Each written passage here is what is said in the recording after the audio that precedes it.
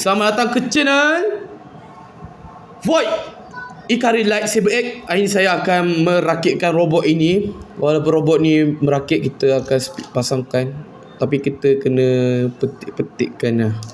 Okey, nanti kita nak pasang ni, sila subscribe, like, komen dan notification buka. Okey, jom rasa kita cabutkan dulu Tapi kena hati-hati. Tapi tak ada sekejap saya gota tangan tinggal. Aduh, tak apa.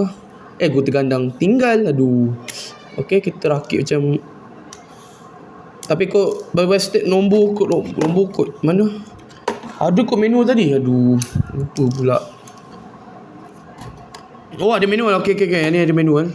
Okey, kita cabut dulu. Cabut satu-satu. Okey.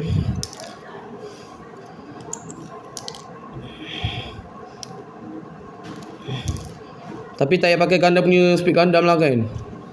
Kalau nak pasang ni, dia tak payah pakai gunting Gundam. Okey. So kita cabut dan rakitkan. So kita buang lah kan. Walaupun buang berjagi bos.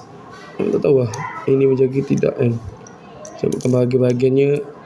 Dah sinterkan. Okey. Hari ni kita pasang. Sorry lah, maaf sikit sebab ada budak-budak ramai-ramai baby blade dekat kampung saya budak-budak kampung. Okey, kita pasang, kita rakit kan. Okay, kita capak dulu.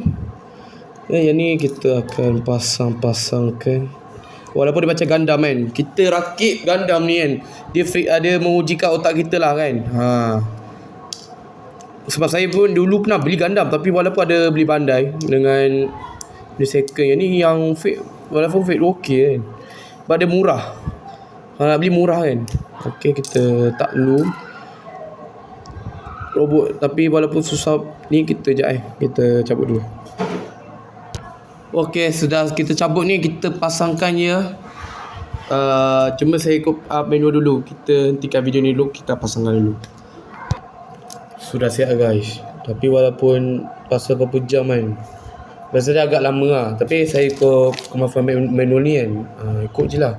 Dia siap bagi stiker pun nanti saya pasang. Okay, sampai di sini video saja video ni. Okay, bye bye semua. So jangan lupa like, komen, subscribe dan notification agar buka. Okay, bye bye semua. Jumpa lagi.